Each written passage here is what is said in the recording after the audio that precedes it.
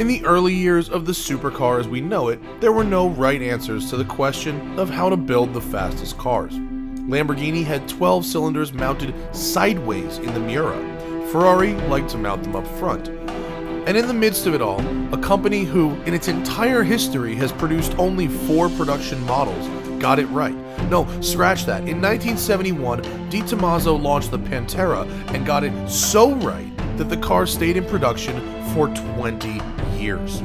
Well, sort of anyway. The car appeared and then disappeared and then reappeared, but then was slightly changed, and it was all a bit of a mess from a business standpoint, but thanks to its low price relative to its Italian competition, they sold, and they sold well. Looking back on it, we can see why Di Tommaso's formula worked. Take an advanced steel monocoque with aggressive proportions, give it stunning sheet metal by Tom Charda, a body by Ghia, and stick a Ford 351 Cleveland right in the middle. The last Pantera rolled off the line in 1991 after a production run of just over 7,000 cars, and Di Tommaso never made another anything, really. But what if they had? You'd probably have this, a 600 horsepower carbon and aluminum, low, wide, yellow, comic book villain's nightmare. At one point, this was a 71 Pantera, but thanks to the work of 2 Wisconsinites on the outside, Nike on the inside, HRE on the ground, and General Motors in the middle, it's now about as Italian as Chef Boyardee. But that's okay, because if you aren't up to date with the world of pro touring muscle cars, I will fill you in. Those Wisconsinites are the Ring brothers, and they know exactly what they're doing. It'd be easier for me to tell you what we didn't build on this car than what we did. And what we didn't build on this car is a section of the roof, which is from here to here and this wide, and a little piece of the quarter in front of the rear wheel. We looked at it as, hey, if Pantera was going to build this car today, what would they do? Going to a Catholic school our whole life with ruler-carrying nuns, we were sick of rules. So we just decided to, pitch something to her that let us just do what we want to do, and she went for it. And really, the only thing she had to have was the car had to be yellow. Because I have little to no experience actually driving Panteras, I took the stock one out first to get a feel for what a Pantera would be like had I taken delivery at Sunset Lincoln in 1974. This is one of those days that it's good to be me. I thought it would drive very muscle car-y, but it's actually driving more Italian than American. The engine is much smoother than you'd expect from an American V8. You think Ford 351 and you're thinking lumpy, dragster, hot rod, cammy, This, the way it revs, the way it transmits power, it reminds me a lot more of like an AMG motor or the BMW E39 M5 engine.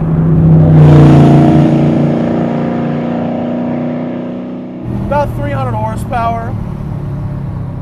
The European GTS's got a bit more because they didn't have to deal with our stupid emissions regulations. It's 0 to 60 in about 5.5 seconds. That's with the dogleg first gear. Shifter throws are long but very direct as it is gated. No power steering. It's heavy when you're going slow, light when you're going fast. Not really any slop in it whatsoever. And it's really nice. It's got the thin A-pillars. It has actually a very kind of airy greenhouse, even though I don't really fit well in it. The pedal box is about 6 inches further inboard than would be considered ideal. I'm a little bit embarrassed to say that I am too fat to put the seatbelt on and the car doesn't fit around me. It's as fast as I'd realistically want it to be. Fast enough to have a good time in. Something about having that American V8 behind you. The noises are different. You don't get as much induction noise. It feels so solid. I don't know why I expected it to feel kind of crappy.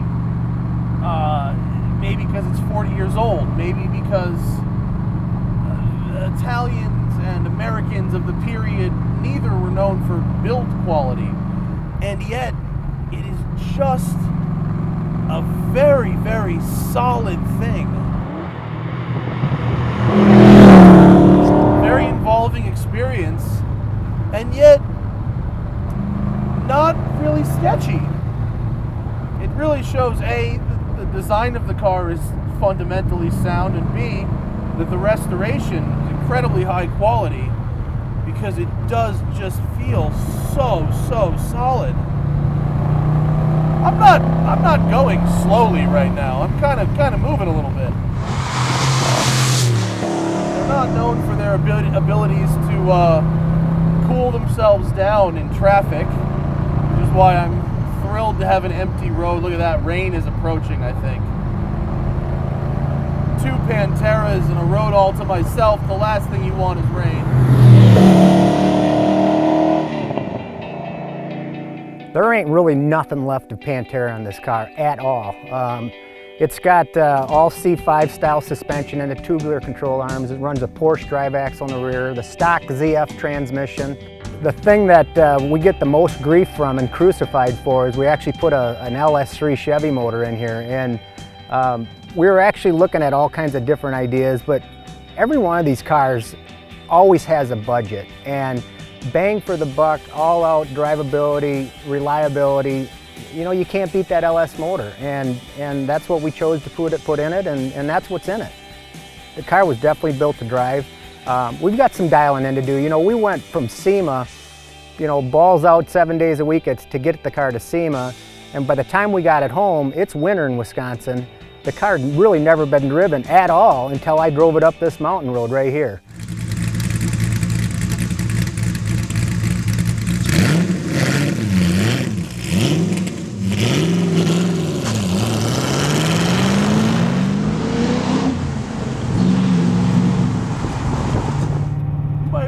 Why I'm not wearing seatbelts?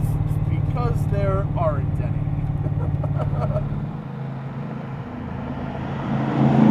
So far, it's interesting. I didn't think that any car would be smaller than the original Pantera. This one is. Where's the gear? Okay. Stock transmission, but the shifter feels a little different. It's still dogleg. It's not gated, so I can't really see where I'm putting it. This one has power steering. They have changed the placement of the brakes, so I can't heel toe at all. It's got power, that's for sure. It sounds completely different. It doesn't even really sound like an LS motor, honestly. It sounds just mean and angry, which is good. I mean, this is the kind of car that you'd like to be seen driving in. It sounds the business. Yeah, it's fast. It's fast. It's a handful. That is for sure. The steering is a bit dead on center and then a bit darty once you're off center. So that certainly takes some getting used to. It corners really flat. And there is a lot of grip. But wait, as they say, there's more. Nike, the company best known for sponsoring famous long-distance runner Forrest Gump, sent their Skunk Works division to provide the Ring brothers with an interior. They just said, look guys, you know, just for an exercise, we'd love to be able to, you know, do a car with you. If you guys ever have something exciting come up, you know, let us know. So we let them know, talked to them about the Pantera, and they loved the idea and they jumped on board. You know, they kind of wanted to see it the way they wanted to see it, which is really good. The car's a 71, the speedometer only has a 71 number on it, the tach has a 7 on it. The two-tone interior was kind of all about the driver. Passenger didn't even get an AC vent over there. It's just kind of all about the guy sitting in the driver's seat. No one actually knows if these cool gauges work or not. It says 7, and that might be 7,000 RPM, but that's all it says. And I don't know. they're designed like a can of tennis balls or something. The material on the steering wheel is so soft and delicious. When I was in Australia, I bought a kangaroo scrotum once as a gag. This feels just like that. Soft kangaroo balls.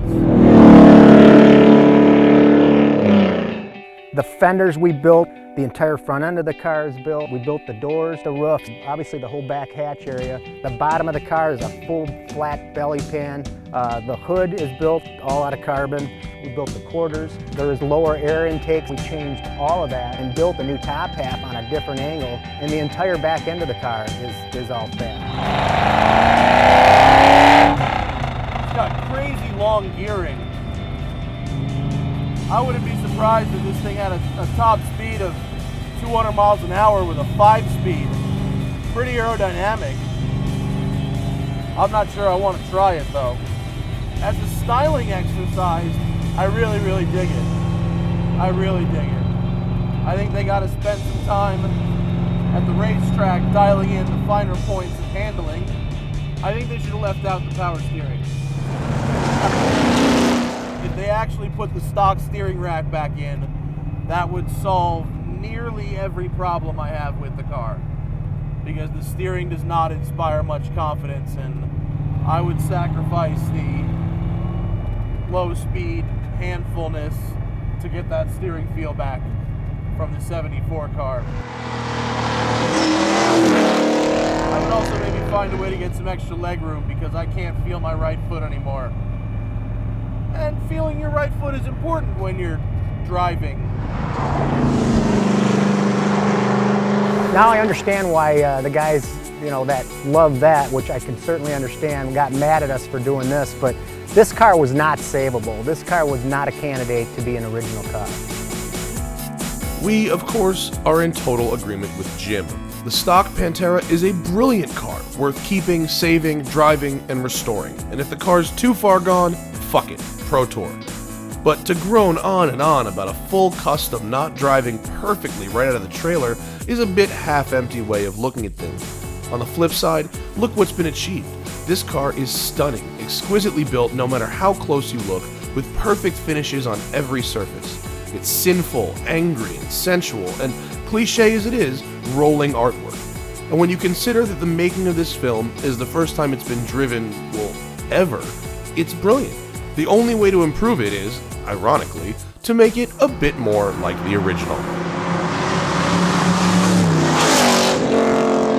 And it is raining and I have no wipers. In a SEMA car. In the mountains. That I don't own.